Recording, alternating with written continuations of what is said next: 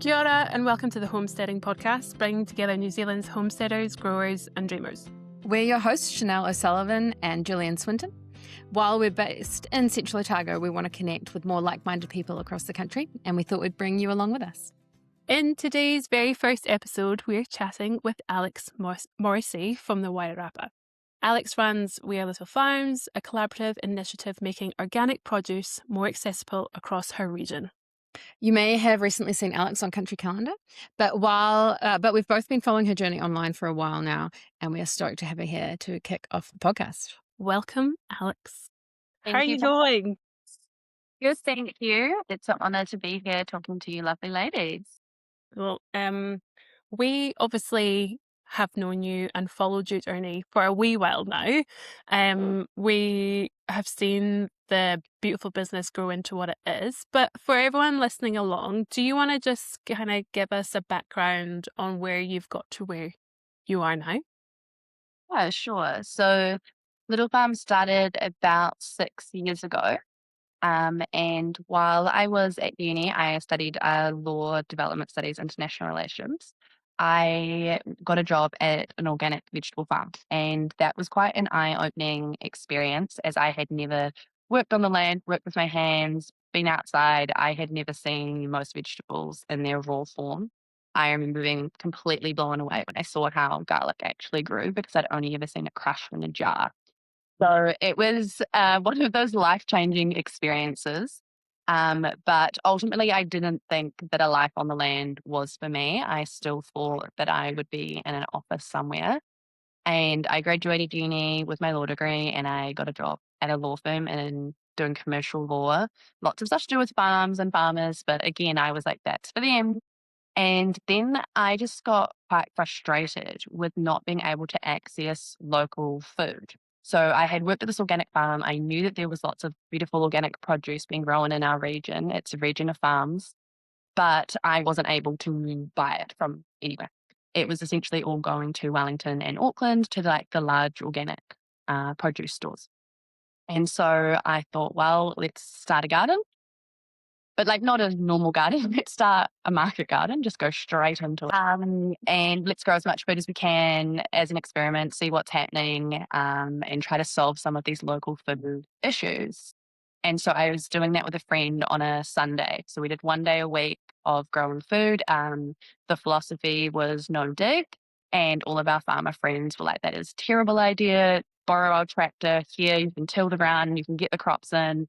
And I was like, no, I've been reading about permaculture. I've gone to these courses. I really want to try doing this differently.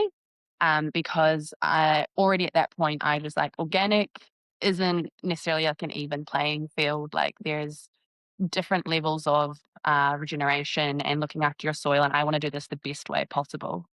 And that was a big part of the idea of little farms, was that the smaller scale you are, the more sustainable you can be. And that it's really the bigger you get, the more industrial it is, because it's just too hard to do all these things all these nice things that we do in our gardens on a huge scale. And so I started that and it went really well. And then I guess the two defining things happened. COVID, which changed the world as we know it. And suddenly people cared about local food and there was a real demand for local food and people got behind us. And also other growers and producers in the Wairarapa suddenly didn't have a market because in that first lockdown, all of the small organic-y bougie stores weren't allowed to open. It was only supermarkets. So suddenly there was a huge surplus of food. And then that was when we started working with the other growers and farmers and producers to collate that food into one local food box that could be delivered to people's doors. And the second thing was having a baby. And I just knew that I did not want to go back to the corporate world and the corporate life and try to juggle being a mum and having a career. So for me, I used my 6 months maternity leave to figure out how I could not go back to work and to invest everything in little farms. That is awesome. So you talk about how your first experience growing was in that job. You didn't come from a family of growers or anything. It was literally a summer job. Is that right? Between studies?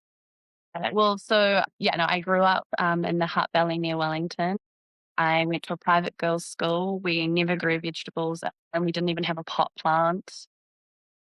My relationship with vegetables were frozen mixed vegetables. That was what I grew up on. And yeah, so I had like there was just no part of me that ever thought I would like gardening, be interested in gardening, never crossed my mind. Essentially, I fell in love with someone who did want to be a farmer. He again hadn't grown up in a farming background. He'd grown up in the Hutt Valley as well, but he wanted to be a farmer. So I was living with him in the Wairarapa and I needed a job close to him. And that was how I ended up working on the farm. So there was really no like reason other than I just needed a part-time job. And that was how I ended up there. Does your family think of your career path? I'm dying to know how you went from like lawyer to thing, and they're like, "You've got loans. What are you doing?" Yeah, I have $60,000 in debt. Um, I think a lot of people in my world think I'm probably wasting my potential or like wasting my degree or all of those things. And it's something that I have really battled with over the years is this notion of like you could be doing something better, which is straight away saying that we don't think food production and working with food is a valuable or important thing, which is 100% not true because obviously food is the most important thing. Without food, we're not all going to survive and thrive. So yeah, it is hard. I don't know. I think that I think now seeing it and like after Country Calendar, because I don't really tell my own story that well. So it was quite nice for Country Calendar to be able to like show people what I do, that they kind of get it now. Then they understand that this is important and that there's a lot happening and it's not just me in the garden plonking away. Like this is trying to create a whole local food system.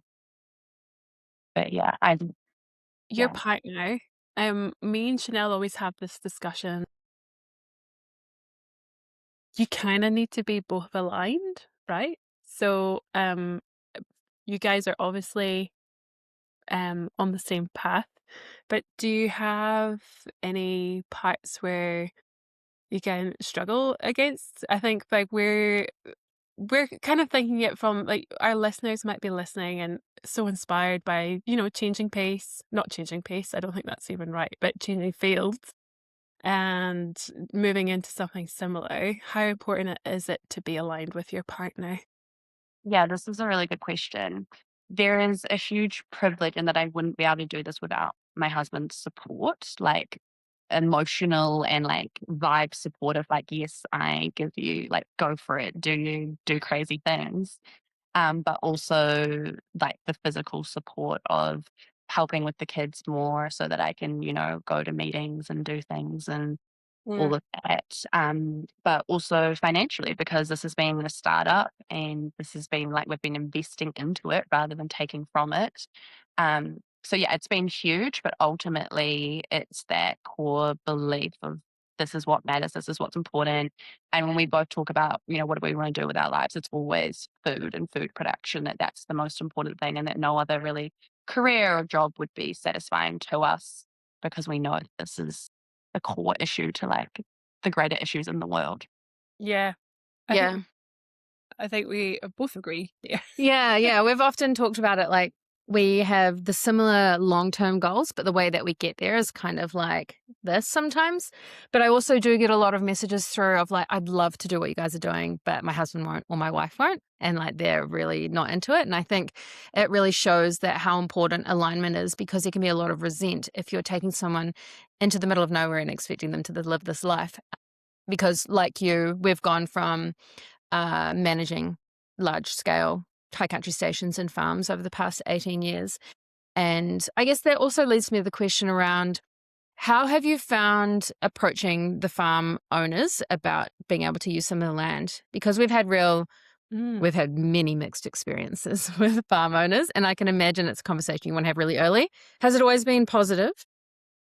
Yeah, it's really interesting. I've always found it very straightforward and easy to have access to it. So we don't, I don't grow on any land that I own and never have. It's always been like a lease arrangement, but it's pretty like chill. It's like, yeah, you can use the land and we can have some veggies. And I think that's because in the Wairarapa, there is a lot of land, a lot of large farms, and I guess that there isn't like a scarcity on that land. And, if I'm asking for a quarter acre or a half a hectare, it's not a huge difference to the farming operation. But also, we've been really lucky to work with farms that get this, that are, more aligned with organic, regenerative, community-minded businesses. So it hasn't been hard, but the hard part for me is that I ask the lovely farmers that we live on the farm of if I can use the land, and so if my husband moves job, then Mm. I have to move the garden. So that's, um, I guess, a little bit of not having security there. But for me, I think it's still worth it, um, to do that. I think there's a really valuable mindset kind of there, because a lot of the feedback I get is people being like, "Oh, well, we know it's a rental," or "What we have is, we're not sure we're going to be here for summer." And what I'm really inspired with you, Alex, is that regardless of where you are placed, you'll plant anyway. Like, you're always just like, "Right, well, where I'm here." You're not too worried about, if you're going to be there for the next, like, I know you shifted a lot recently, but you kind of Mm. just go with it. I think it's a really helpful mindset to have. Do you have any advice to share with people who are kind of stuck in that, "Oh, this isn't my property," or "This isn't my land," or "We might not be here"? Um, there's something that, yeah, that I often think about, which is that if we all were in rental situations, because yeah, essentially that's what we live in, a rental situation, it's just a rental job situation connected. That if everyone who lived in a rental situation planted a garden, planted fruit trees, then every time you move somewhere, there would already be a garden and there'd already be fruit trees. And so collectively, if we all kind of changed our mindset of like, oh, I'm not going to benefit from this, and just actually just deleted that bit and was like, right now in this moment, growing a garden is beneficial to me, even if I don't get to harvest it, because I'm learning about planting, I'm learning about what's happening during the seasons, I'm learning how to build soil, I'm just having fun. This is good for my mental health. Mm. There's so many other benefits to growing a garden that even if you don't get the harvest from it, you are still benefiting. And then the person after you gets a beautiful gift. Um, so yeah, that's kind of how I see it. That it's always worthwhile to do, no matter what. I think I also, like, we always say, like, the best time you could have planted a tree was, like, yesterday. So it's kind of just applying that to more of your garden. And I think that's it's a really good mindset, or just a general belief, because you're doing it for your own mental health, but also almost like leaving a gift if you were to leave. It's kind of like a nice mindset to have. Yeah. It also shows how fast you can develop a garden, Oh like yeah. how fast you can build soil and fertility and quality, like because you've done it Yeah. and you can show other people how to do it. Like the speed that you can create something is incredible. I think this has become like my superpower through all of this. And I feel like the world, it's like we've moved house 10 times, 10 Yeah. times in like the last 10 years, pretty much. And so I think it has become like, this is my thing. Like, I'm really good at creating a garden, starting a garden, just going from scratch to how do we get food production as soon as possible. Um, and so, yeah, it doesn't even really bother me anymore now. I'm just like, oh, yeah, we can do that. But it's also been an evolution of learning better ways of doing it, what works the best, all of these things, which, yeah, then I'm so happy to share with others when they're starting their garden journey. Almost like a bit envious sometimes, because I think, we get stuck in the way that we've done things here, and we're like, "Oh, well, we've done that there, so we can't change now." You kind of get not a blank slate each time, but you've got a new perspective with each one. Not that I would recommend probably moving 10 times. We've done similar, and I have left gardens everywhere I have been, and I'm sure that they haven't been looked after. But yeah, I feel you on that. It's such a reality of farm life. Yeah. It's tough, but you have to kind of go with it. Definitely. And some of the houses that I've lived at, because it's like a small community, I like now go visit people who live there who are friends. And the gardens have been turned back to lawn, and that's fine. But there's a rose bush that I planted, and that's still there, and it's like Yeah. beautiful and lovely. And I'm like, you know what? At least something is thriving. And that makes me feel warm and fuzzy inside. So yeah. Um, let's take a step out of the garden Yeah. Do we want to talk about cows? Yeah, I would. Okay. So you've got a house cow, and I can officially say my in-calf Jersey cow arrived back on our property yesterday via horse float. I didn't have to do that. I'm so glad.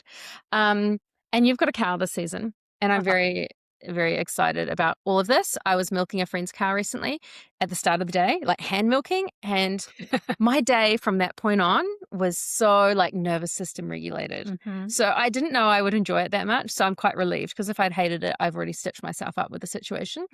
I would love to know more about your cow, what you're doing with excess milk. Are you like what is it? Calf sharing, share milking? Yeah. What are you doing? Because that's exciting. So I've been hassling my husband for a while with a house cow. And in his delightfulness, it didn't make a lot of sense because the farm that we live on is a sheep and beef farm and a dairy farm. So I can just drive down the road to the vat and get milk. And so that was his greatest reason why that was not going to happen. And then when the fuel crisis came, it was like putty in my hands. I was like, oh, but it's just, it's extra cost to drive down to the milk from the vat. And also, the only thing I was buying from the supermarket was butter, cheese, milk, and yogurt. That was my shopping cart.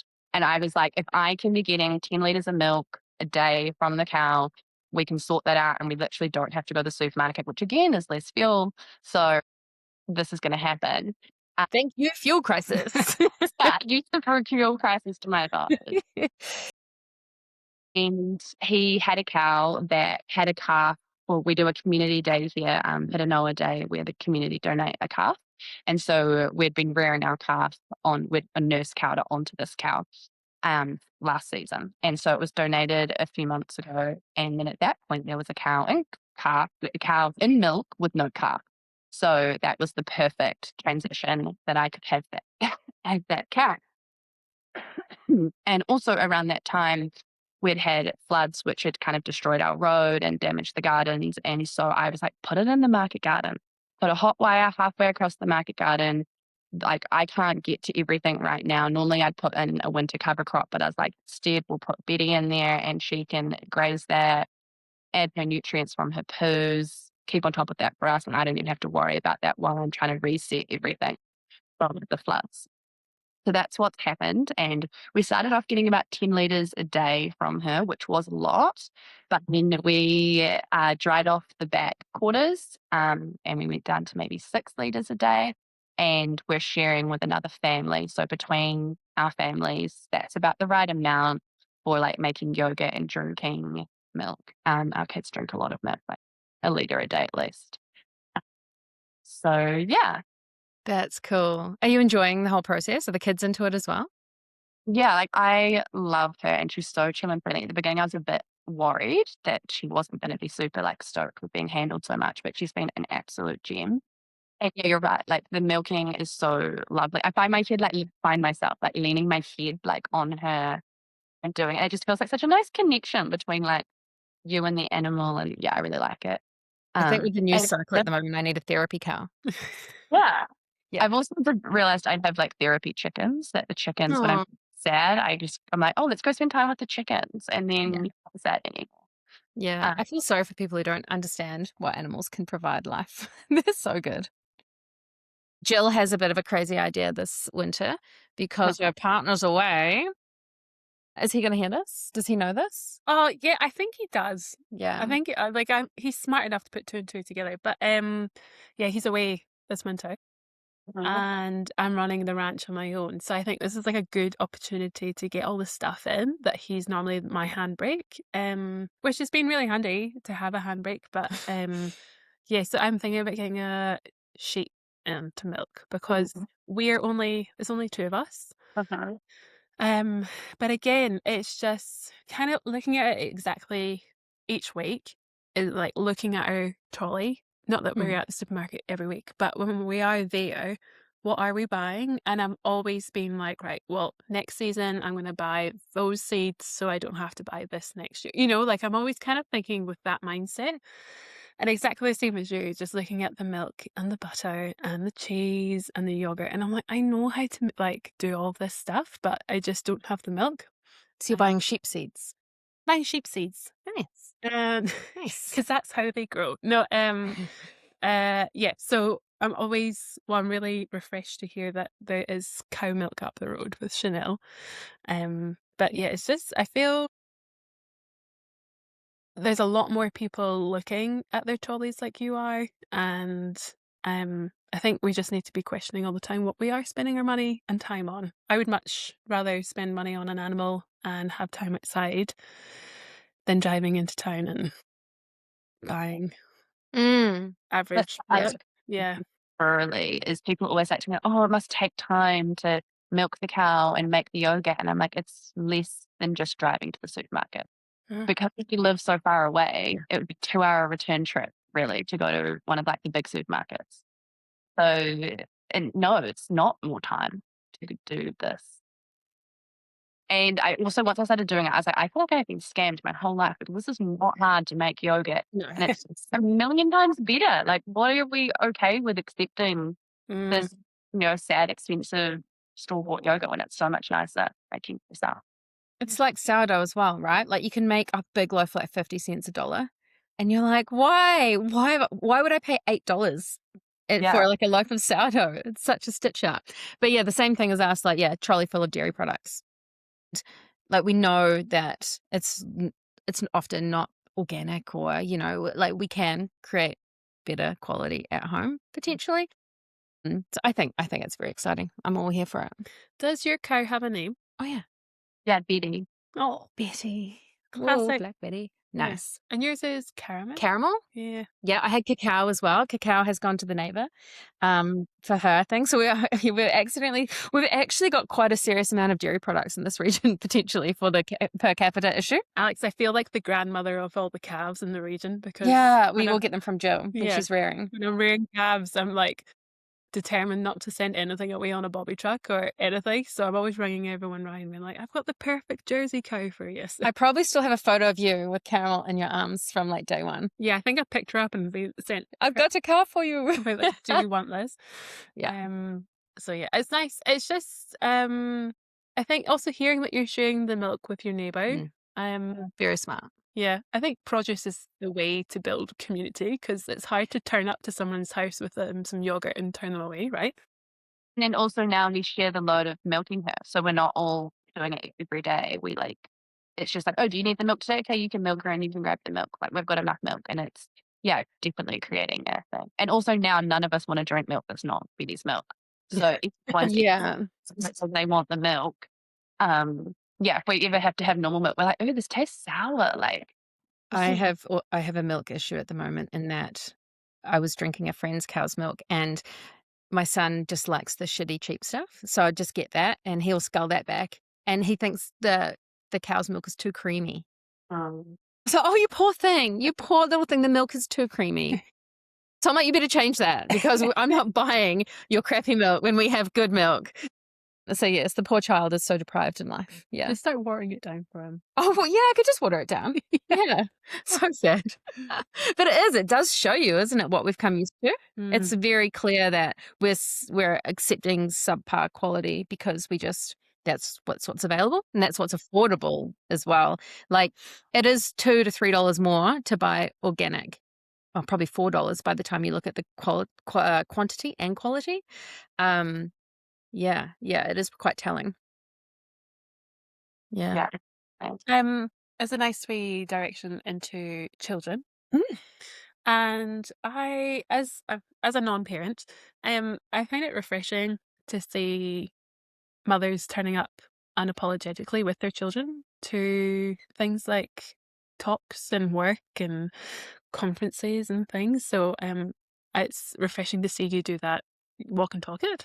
Do you want to add that to anything? I feel people may be looking at getting into a life like this of sustainability, but thinking the kids would get in the way. Do you have any feedback on how the kids have been helping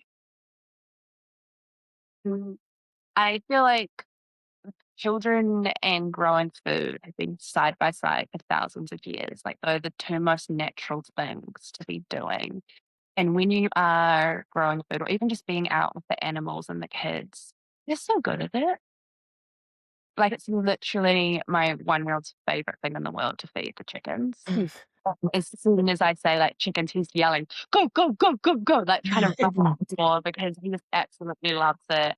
And I'm not even kidding, we could spend hours just, like, in the little chicken forest we have with my 3-year-old and my 1-year-old, and they're just, like, they're just loving it. Like, they're just it's just yeah, it's amazing. But also in the garden this morning, I was planting some garlic, and my 3-year-old was separating the garlic and handing it to me, and then she was, like, asking questions about which way you plant it up and, like, how much you have to cover it with, and I'm like, "This is just so natural for them," because, like, playing in the dirt and the outside and in nature, it's what kids love doing, Mhm. and when you're just adding this element of growing food, it's not a fast step, and I mean, yes, definitely sometimes it slows you down in that you can't spend 8 hours a day in the garden. That's not feasible, and you can't spend 8 hours a day doing anything productive when you've got kids. But those, like, the bits of the day where we are in the garden are a beautiful, magical time, and we just make sure that it's, like, probably not more than an hour at a time because then it's gonna become unenjoyable for them. And I've made a really big focus of making the garden a fun place for them. Mhm. So I've always really I want them to want to go there, because I know that sometimes you can, as a kid, get a bit annoyed with your parents' job and then resent it, and then as an adult be like, "Oh, I hate gardening. I have to spend thousands of hours in the garden." So I built, like, a playground for them in the middle of the garden with, like, ropes and trees and sand pit and that kind of stuff. So they have their own space and their own play. And in summer, when the plants are really tall, they'll be playing, like, hide and seek amongst everything. And then I, like, grow little hidey holes for them, like little, like, what do you call, like, a tunnel through, like, the berry Cool. bush and things. And so I try to make it like a magical wonderland so that they want to be there. Um, yeah. I would add in there, Alex, I think, I know at the start of the episode you have feelings about your degree. I don't think you'd be able to do any of this if you were in a lawyer's office. So if that helps any of your guilt. Yeah. Yeah, Yes. no. And I feel like the way that everything's panned out with Little Farms and the amazing opportunities that I've had in the food world, I don't feel like I'm missing out on anything, you know? Like, I feel like I'm really contributing to society. I'm doing Mm, something fun and productive and challenging and difficult and so much problem solving, which really is what, a law degree is about mm. problem solving. So, yeah. Your children, do you find that they are healthier than what you hear other children are? Or like better immune system? Because I always joke, my daughter's the first thing she ever ate. Like I sat her out on the lawn, went to go get something. It was like a dried chicken poo. And I'm Mhm. like, that kid is never sick. Like she Yeah. has an immunity of like, I don't even know what. Do you feel like your kids are really like quite healthy and resilient in that regards? Yeah. None of them have ever had any, like, medicine from a doctor. They've Yeah. never had Yeah. antibiotics, nothing. Like, they sometimes get a snotty nose and that's it. They've never, like, been to hospital or anything. And I see so many friends, kids who struggle every, like, winter or get really terrible Mm, viruses. And so, yeah, I definitely do think being out in the soil is one. Yeah. Like, we wash any of our vegetables or produce, we just eat it straight out of the soil. Yeah. And seeing my 1-year-old just forage, like, he Yeah. goes into the garden and I don't have to tell him. He knows what's food and what's not, and he's feeding himself. I never have snacks for the kids. The snacks are in nature. Uh, Yeah. yeah. Yeah. Yeah. That resonates wildly. And it is fascinating just hearing it. People say it, but it's actually it is a thing. Like they are so healthy. Yeah, I feel like there's some science there. I know there already is, but it's like that gut, soil, brain microbiome. When everything is healthy and functioning, then we have no reason to be getting sick off the smallest things. mm, And, like, I often think about it when we're eating dinner, like, if I'd paid for this food, how expensive would this steak be? How expensive would their milk have been? How mm. expensive would the organic potatoes have been? Oh And yeah. we literally couldn't afford to eat like this, even if I was a lawyer.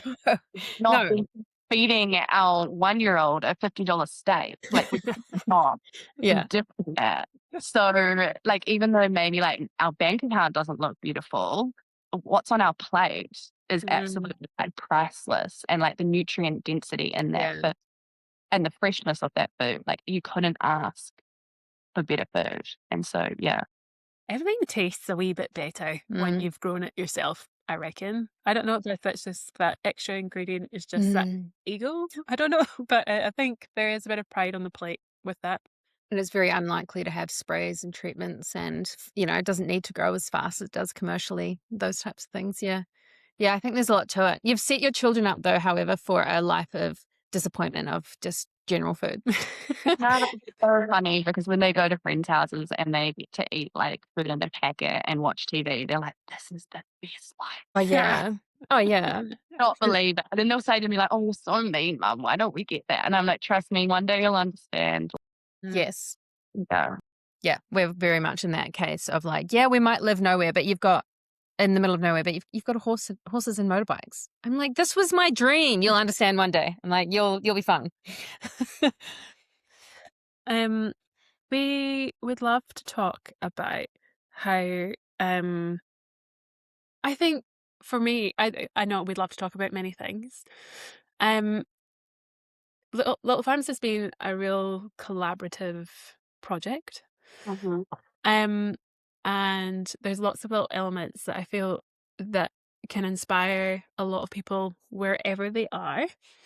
Um, is there anything where is there any challenges that you've had that you would like to share with people who might be inspired to do something similar to Little Farms?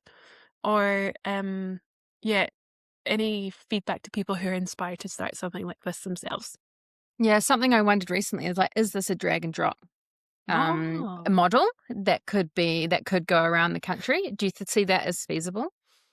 Yeah, I've definitely thought about this a lot and that, yeah, how do we replicate this? Because I get so many messages from people being like, I want this where I am and it doesn't exist. Mm. And I'm always like redirecting them to who their local grower is, but it's not the same model, I guess, like that we can offer vegetables from about 10 farms, fruit from maybe 3 or 4 farms. We've got meat, we've got eggs, we've got the bread, we've got the olive oil. So we're collating all of the locally grown produce into one website where you can order and then one box delivery for that week. And so if you were ordering from all those separate small scale producers, you'd end up with like multiple delivery fees and like multiple orders. And it's like a lot more effort for the customer, right? And it's also way easier for all of the growers and producers if they don't have to worry about the sales, the marketing, the logistics, distribution. They can just focus on the growing.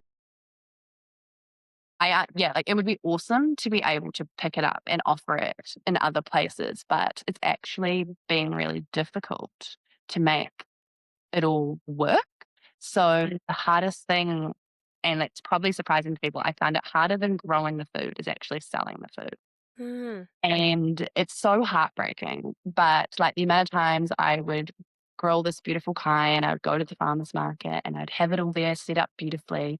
I'd stand there for 5 hours in the freezing cold and then I'd be taking most of it back home. And at the end of the market, I'd be like, it's free, it's free. Just take the food, please. I don't want to take it all home because it's like a problem for me then. Like, what do I do with all this food? Mm.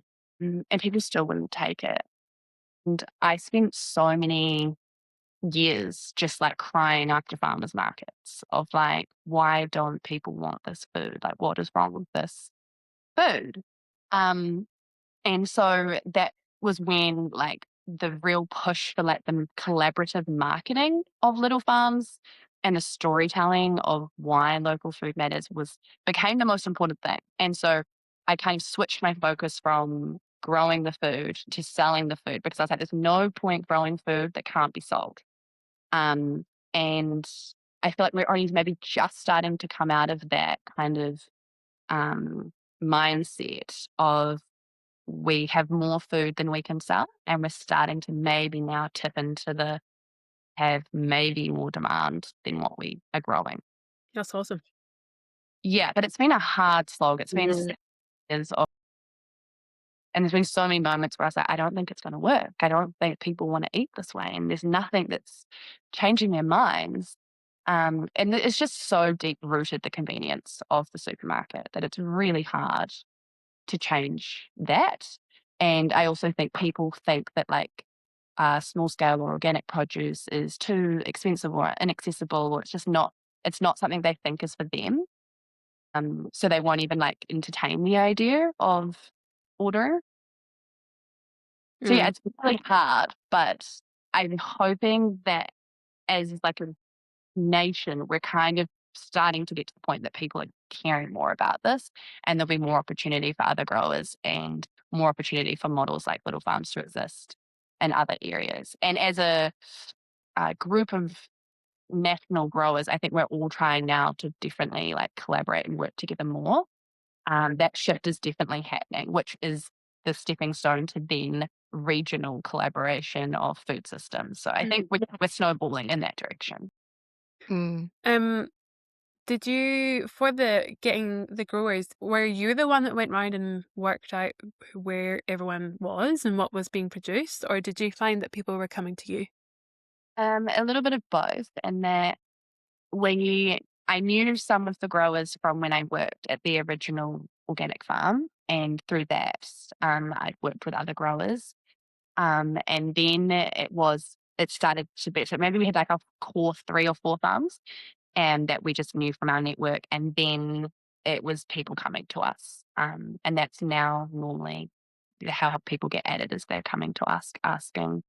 But it is quite a process, because you do really need to like trust and understand their farming and what they're doing, and Mm, not as easy as someone sending an email and you're like, yep, I'll load it on the website this week. It is quite like an involved relationship building process to be kind of added into the fold. yeah. And I guess like you are now, it's not, it's almost like everyone's in this team together. You're having to manage all these different expectations, kind of that collaboration. I think people have this idea that it's meant to come together all nice and smoothly, but it can be, I think it's good to reminder that clunky is good, because we're kind of making sure that everyone's getting the right deal, right? Yeah. Um, have you had any conflicts, I guess, that you've had to work through that could be some good advice for people who are wanting to do something Yeah, give similar? us the nitty-gritty stuff. Like, collaboration isn't super easy. Mm, And I think that's something that we actually don't talk about. And it's probably like a really big misconception with little farms, is that it's like rainbows and sunshine. But it's actually really hard to get. w- Like, we wouldn't ever have all the farmers in the same room having like a crop planning meeting, mm, because it would take nothing would get decided.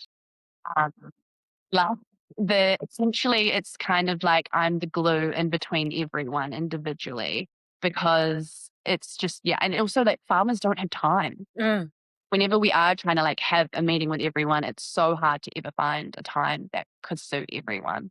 So yeah, it's more, yeah, it's like little bits of collaboration rather than like everyone all together holding hands and singing.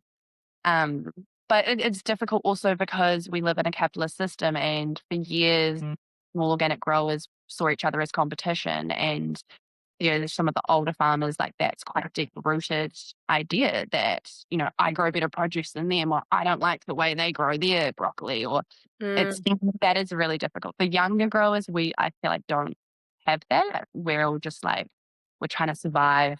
Anything we can do to work together is helpful. But yeah. yeah, even in the boxes, if the growers will have the same produce, so then I'll split it. So say if like they both have pumpkins, I'll split it. Half the boxes get that grower's pumpkins and half get this grower's. And so like obviously those growers would love it if they were getting all of their pumpkins in the boxes, but I'm like, "Oh, we're trying to spread it out and make it fair for everyone." Um, yeah, so there's lots. There's lots. Lots of mental gymnastics to keep people happy, but And also the customer's expectations. So sometimes like what the grower thinks is good and what the customer thinks is good is not the same. And then I'm in the middle, like, Mm. make it good for everyone. I Um, kind of feel hope in this like millennial space of like maybe this is this generation that we can not just talk about collaboration, but we can actually do it. yeah. I was at an event last year where after listening to talks all day, I stood up and said, if I drank every time I heard the word collaboration and saw no action of it, I'd be too boozed to get up here and speak right now, because I was just so mad every time I heard the word collaboration, because I never see it play out. So I think it's so refreshing to see what true collaboration looks like, and that it is possible when we start to change our mindset and we move into a different space. And something, as you were speaking, made me wonder, do you think you would be in this position now and being able to manage these relationships without your degree? Because I'm actually seeing like there's probably a lot of transferable skills here. Yeah, Hugely. yeah. Yeah, like I never want to like toot my own horn.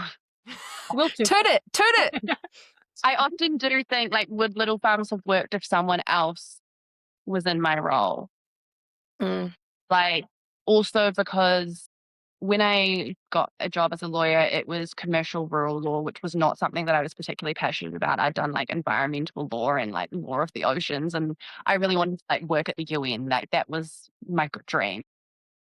And so when I was doing like farm sale and purchases and shareholder agreements and all these business farm things, I was just like, oh, this isn't, I don't know, it's not my dream. But then when I started running a business in a farming world, I was like, oh, that's so crazy. Like the universe had a plan for me there, like giving me all of that knowledge and background to like from a commercial law point of view. And 100% it is so much of navigating relationships with people. And I often think that Little Farms wouldn't be able to do what it does without that relationship building and that constant navigating of all of these different relationships between customers and the growers. And we're really like the glue in the middle, having to deal with like everyone's difficulties and like solving everyone's problems. To be honest, that's what it actually really is. We're solving everyone's problems. Um, and so, yeah, I often do think, yeah, that my legal training and background and experiences have definitely helped with this. I think that's a good reminder that you don't have to have this big background of growing and knowing how to do everything. It's just about having that mental agility to change gears and transfer those skills elsewhere. Yeah. Yeah. I also find that so often, like in the Farming Mums Facebook group, for example, there's a lot of people there who feel like they don't have the skills that it takes to then go from having kids back into the workforce. And often that conversation comes up.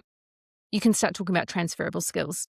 Actually, you're fantastic at time management. Actually, you're fantastic at doing this and this and this. And if you put all those things together, you actually get a really unique result at the other end. I think that's quite exciting to hear how, because and it's personality as well.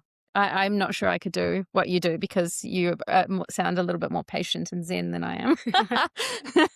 Sometimes I definitely feel like screaming when everyone's coming at me. Like, Yeah. and I'm just like, someone solve a problem other than me. Like I can't solve enough problem. Yeah. But also I think a big part of it is that in the past, farming businesses haven't been seen as I don't know, like requiring like a degree background or like as a skill. I think a lot of the times it's people have like worked their way up from like working as like a shepherd and worked up and then they've entered a farm manager role. Whereas I think it is quite interesting to kind of come in at from a different point of view and a different lens. And I think there's a lot of value to that. And I think we need lots of really educated people who work in like logistics and problem solving in our food system. And I think those people at the moment aren't. They're in different fields. And so bringing them in, I think, is really helpful. Yeah, I read about a French concept last year where it was like, I can't remember the term. It was a beautiful French word, but it was like essentially saying part-time farmers. So they were working in their like corporate jobs for 80% of the time, but like one day a week they were farming. They were share farming with a whole lot of other corporate people.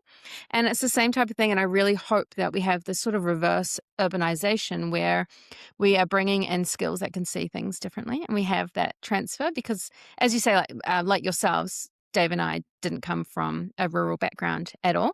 So the roles that we've got them because we haven't come in with preconceived notions as to how things are meant to be. And it gives you the freedom to be able to do things differently and try things without knowing if they're going to succeed or fail or why. Yeah. Yeah. You had a really awesome trip recently. You went to India, right?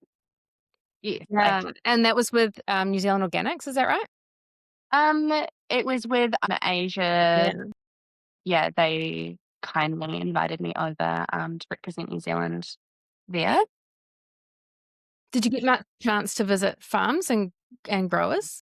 Yes, we did. And it was just so interesting because like the way that other cultures see growing food and farming, and the value is so different to how there's just an intrinsic value in the act of doing it and growing it and being a part of it without that kind of like monetary motivation.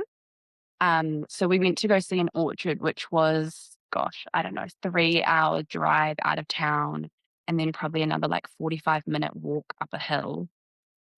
And we got to this orchard, and I was like, this makes no sense. Like, from a business point of view, like, how do you, the cost of getting this fruit to town would be more than the fruit. Like, I don't understand. Like, this, I was like thinking, like, gosh, if I had to deal with this back in New Zealand, like, I don't even know what I would be doing if someone called me and said, I have got this orchard on top of the mountain.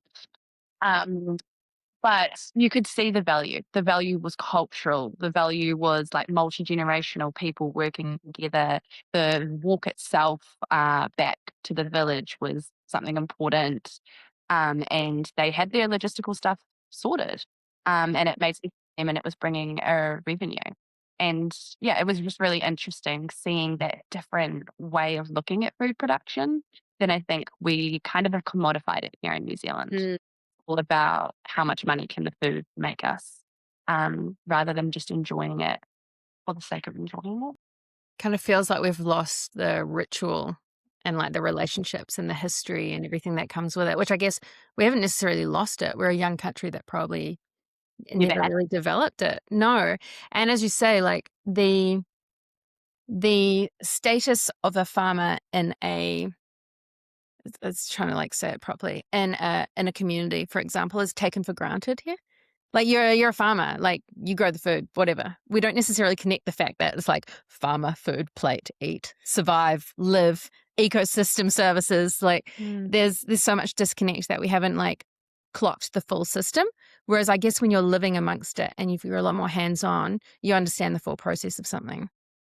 Yeah, so much more connected. The supply chain is so much shorter. Yeah. Um, but just also seeing the accessibility to produce in other countries. You know, it's not just India, but all over the world. You know, like you only have to walk 100 meters down the road, and there'll be a fresh stall of produce and apples and vegetables, and it's always accessible. Whereas we just don't have that cultural, um, I don't know, like access to food. It's either in a supermarket or it's not. You know, whereas I'd say almost most people would not be buying through a supermarket or anything like that. They're all buying from roadside stalls in the area of India that we were in. Um, And I bet it's ripe, like ripe things, ready to eat, not like hard and transported. I, I feel like there is a shift happening, and it's not a shift that's happening quickly, but there's definitely a shift happening in that, post-COVID, everyone realized how fragile our food system was. And there was a real knee jerk to go back, like, right, okay, how do we get some control back? And a lot of people started growing their own food, which is brilliant.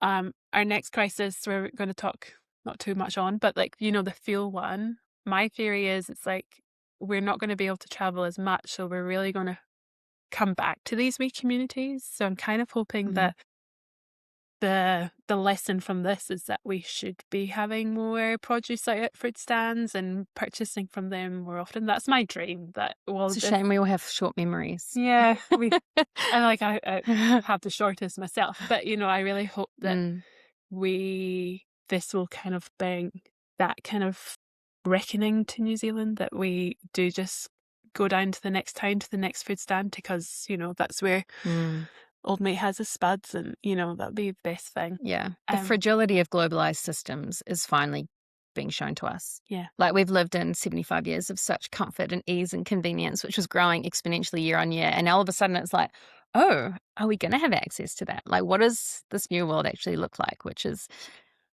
kind of slowly being unveiled bit by bit in one terrifying crisis to the next. Before we all go doom. No, I was just going to say, I feel like the three of us together, that could be like a side topic, and we'll come back on with all our tinfoil hats on. But I think that could be like a side episode. People are, I guess this is a homesteading podcast, and you yourself and ourselves are all about low cost. I don't want to call us tight arses, but I do self-refer to myself like that, but then I'll go and buy something stupid. So I'm kind of like a half-assed tight ass. yeah, I think we're passionate that growing food shouldn't Yeah. just be for people that own land or have heaps Well, of money. Shouldn't be a huge outlay for like 300 meters of macrocarpa beams for raised beds kind of vibe. Yeah. Like, that's not realistic. Alex, give us your top 3 tips for being frugally responsible homesteading rather than us tight arses over here. Yeah. Right off the bat, you've got it. The first one is you don't need to build raised beds. I think that's the biggest barrier to people starting gardens is they think they have to build raised beds, and that the cost and the time and the effort of that is what stops them. I've never built raised beds, and I just do it straight. I'm turning grass into garden, and I actually think raised beds are kind of worse because the slugs and the snails live in the wood, and so you have more pests. So I think you're better off avoiding that. Secondly, soil health is the most important thing. So rather than trying to if you planting things, if your soil's not right, it's not going to work and you're going to fail and it's going to set you back and you're going to feel like it didn't work and lose hope. But if you can spend more time at the beginning working on getting your soil as healthy as possible and full of nutrients, then you're going to have a far more enjoyable time and you're going to have less problems and less disease problems and yeah, going to grow good. And thirdly is plant more and diversity. So as soon as you turn an area that had no gardens into a garden, you're going to get attacked by the pests and the bugs and everything. The birds are going to come eat it. The dogs are going to come scratch it up. And you're just going to be like, everything wants to kill my garden. And so the more that you plant, add in the flowers, add in some cover crop if you've got bare soil, just keep adding plants. And it's a distraction for the pests and for all the other animals. And you go doing more. So when it feels hard and it's not working, plant more. I have a feeling you're the person who doesn't look at the back of the seed packet and says, oh, these have 30 centimeter spacings. Hell no. That's a lot. I used to rule by that. And I was like, man, it's so boring in straight lines. And now it's like, throw some seed here, throw some seed here. But I also love how you say buy more because I plant more. Because how many garlic cloves are we looking at right now, Gillian? I think there's about 3,000 out there. Yeah. And I think we worked out we only need 100 for the year, but that's 100 for a year for 2 people is pretty solid. Yeah, that's good. I like that. Like an emergency stakes, anything more than that would be a treat. But yeah. Yeah. Those are fantastic tips. And I like what you've said about the soil health as well, because I think it's something we've taken for granted forever. That's our New Zealand soil is just young and healthy and great. But it's actually the more we learn it's not the case. Do you ever do soil samples or pH testing or anything like that just to understand what you're working with? Or do you do it as a problem solving situation? Yeah, I more look at what's happening. More observation from soil assessments is my vibe. Also because I try to do everything that's transferable to a home gardener. So things like getting soil tests and stuff like that is not, the most expensive world. Yeah. So yeah, looking at what weeds are growing and what that can tell me about my soil, what's happening with the plants, what are their leaves looking like, those kind of things, and just looking at the soil and the condition of the soil is my main thing. Yeah, that's interesting. I've had a big question mark this year. My tomatoes were so damn acidic that then I was like, my compost bins are amongst pine trees, and I'm wondering if my pH is a bit high. So I'm tempted to do a pH test coming up just to see if I've got an acidic situation or if the tomatoes were just something to do with the soil. But man, they'd punch you in the face. They'd literally just about rip the skin off the inside of your mouth. So cook down better. But yeah, it does it I'm looking at the soil as the reason for that, because they're right across 10 different species. So yeah, it is. I guess it's just iterations and learning and working it out year on year. Yeah, definitely. And it's all an experiment. Yeah. Yeah, totally. Every year is so different. Yeah. I was so smug last year. I live in a town with everyone is at least 20 years older than me, and they're absolutely fantastic. All of them grow food. They're amazing. And they're like, you can't grow pumpkins here. It's too cold. The season's too short. And I was like, take that on as a challenge. I grew 20 last year. and I was like king of the hill. This year, one measly unripe pumpkin. And I was like, fine, I get it. Like, it's not going to be good every year, but it was a good humbling moment. Yeah. Do you want to lead us out with some rapid fire questions? Yeah. We did give you a wee heads up, so just full clarity, and we don't like to throw anyone under the bus, but Chanel's going to run through some 3 rapid fire questions for you. Yeah, cool. So what is the next skill that you want to dive into and learn? Cheese making is what I need to do next. Get that milk and make it into cheese. Ooh, yum. Hey, are you going to start with a certain piece? Yeah, I really love soft cheeses just in life. So I wanted, yeah. Camembert, brie. Mm. Yeah. I'm going to ask, if there was a zombie apocalypse, what 3 things are you going to grab? So right by my front door, I have a basket of seeds for that reason. So me. In the zombie apocalypse, I'm not the one fighting off the zombies. I'm the one growing the food and looking after the kids and making sure that other people can go fight the zombies. So seeds is most important. And then I'm going to need some chickens because that's just part of, we need their poop, we need their eggs, probably need some meat. And then I'm going to also grab Betty, my house cow, and I'm going to let everyone else deal with the weaponry. You could almost ride Betty out of there. Yeah, I like that you're like the civilization rebuild person. And between having a chicken and a cow, we've got the manure for the fertility, grow the seeds.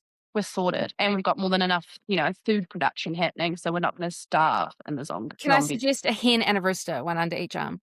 I did think this, and then I was worried with the rooster give our location away to the zombies. Yeah. Oh, yeah. Interesting. This is a chicken and egg situation almost, isn't it? Yeah, true. We kind of asked you already, but just 3 quick pieces of advice for anyone who wants to live a little bit similarly to yourself. 3 pieces of advice. Just start. Don't too much, because no one really is an expert or knows what they're doing. We're all just figuring it out as we go. And as like Chanel said about the pumpkin, sometimes you win, sometimes you don't. And so some of the best growers can have a terrible season. So, and people who are starting out on their first growing can have a better season. So just start and figure it out as you go. Don't take it too seriously. I think one of the biggest hindrances to gardening and homesteading and all of this is like trying to make everything like aesthetic and nice and beautiful. And a lot of the time it's messy and chaos and terrible to look at. But that's kind of what nature is and what farming, like homesteading with animals and like makeshift situations is. So like, don't worry if it doesn't look aesthetic. If you're producing the food, that's the priority. And it's not about self-sufficiency, it's about community sufficiency. So if you try to do everything yourself, you're going to burn out and it's not going to be good. But in community, how can we feed ourselves? Takes a village to feed a village. So that is probably the most important one. They're amazing. I think your first point of just do it, like, I think the one thing that I always keep coming about, like, oh, I really want to do this, I really want to do that, and like just one day I'll just like, right, today it's happening. And I always say to everyone, it doesn't matter if it doesn't work. Like, I think with gardening, it is the best thing, actually. The best gardeners are the people that had those really shitty years, or like yourself that's had to start 10 gardens in 2 years or whatever it is, Those are the tough times is what's going to get you that big, beautiful garden. So I feel I always remind myself when something fails, it's like, what is the lesson here? It builds resiliency and character as well as skills, I believe. Yeah. And sometimes like it's the weather. Like so often it's actually completely out of your control. And it is very humbling to be shown over and over again what you can and can't do for different things. So yeah, it's a process. Stay humble. Yeah. Thanks, Alex. That's been amazing. Where can our listeners come and find you? On Instagram, it is growing._goodness. You can find me, and I try to share lots of behind the scenes homesteady stuff there. And I guess if you wanted to know more about Little Farms, it's www.wearelittlefarms.com. Yeah, and can you just remind me where We Are Little Farms delivers to as well? That is good. So the Wairarapa, Wellington, Hutt Valley region. Perfect. Cool. I'm a little jealous of that region right now. Yeah. Yeah. Cool. Thanks, Alex. Thank you so much, Alex. Thank you for having